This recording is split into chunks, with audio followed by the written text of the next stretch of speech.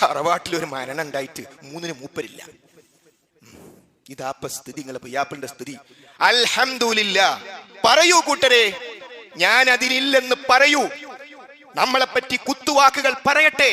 അൽഹംദുലില്ലാ, ഇത് പറഞ്ഞതിന്റെ പേരിൽ, ഇത് പ്രഖ്യാപിച്ചതിന്റെ പേരിൽ നമ്മുടെ മുൻഗാമികൾ കഷ്ടപ്പെട്ടു. ഏതുവരെ?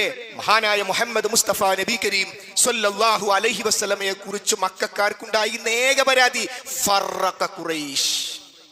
മുഹമ്മദ് സ്വല്ലല്ലാഹു അലൈഹി വസല്ലം വന്നിട്ട് ഖുറൈശികളെ ഭിന്നിപ്പിച്ചു. ഞങ്ങള് ലാത്തിന്റെയും ഉസ്സന്റെയും മനാത്തിന്റെയും ഇബ്രാഹിമിന്റെയും നേർച്ചയും വഴിപാടൊക്കെ ഉഷാറായി. അപ്പോൾ പറയാം ഒന്നും പറ്റില്ല, പടച്ചോനെ മാത്രമേ പറ്റൂ. ഭിന്നിപ്പിച്ചു.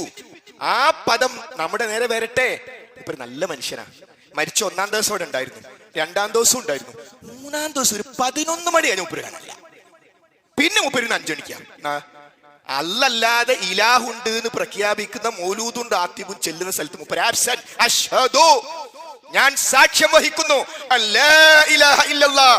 നിങ്ങളുടെ ആരുടെയും പ്രീതിയല്ല, മഹല്ല് കമ്മിറ്റി അംഗീകരിക്കുന്നുള്ളതല്ല, മൂത്താപ്പ് അംഗീകരിക്കുന്നുള്ളതല്ല, എന്റെ റബ്ബുണ്ട്, ആ റബ്ബിനെതിരായി ഇത്. അതുകൊണ്ട് ഇതിന് ഞാനില്ല.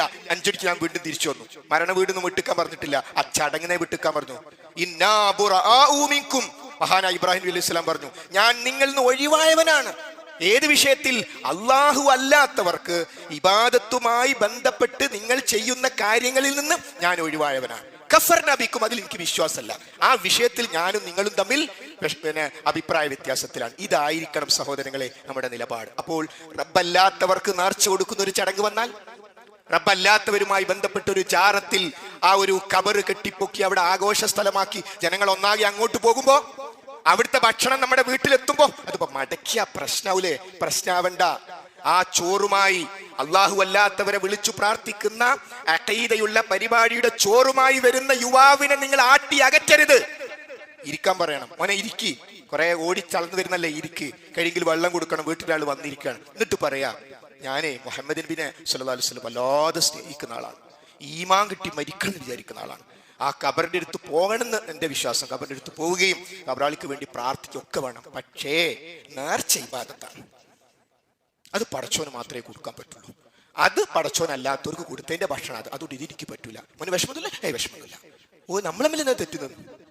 നമ്മള് പടവിടുന്ന് ഒരു കേറി പോറത് ഉണ്ട്, പാടാ ഇരിക്കട, വെള്ളം കുടിച്ച മോനെ, വിഷയം പറയണം. ആ വന്നാൽ നാളെ ഈ തൗഹീദിന്റെ കൊടി പിടിക്കാനുള്ളവനായിരിക്കും ഒരു വിഷയം മനസ്സിലായാൽ. അപ്പൊ അതുകൊണ്ട് സഹോദരങ്ങളെ, ഷഹാദത്ത്, ഈമാൻ കിട്ടി മരിക്കണമെന്ന് ദുആ ചെയ്യണമെന്ന് പറഞ്ഞാൽ മാത്രം പോരാ, അത് പരസ്പരം വസിയത്ത് ചെയ്താൽ മാത്രം പോരാ, നമ്മുടെ ജീവിതത്തിൽ അത് ഉണ്ടെന്ന് ഉറപ്പുവരുത്തണം.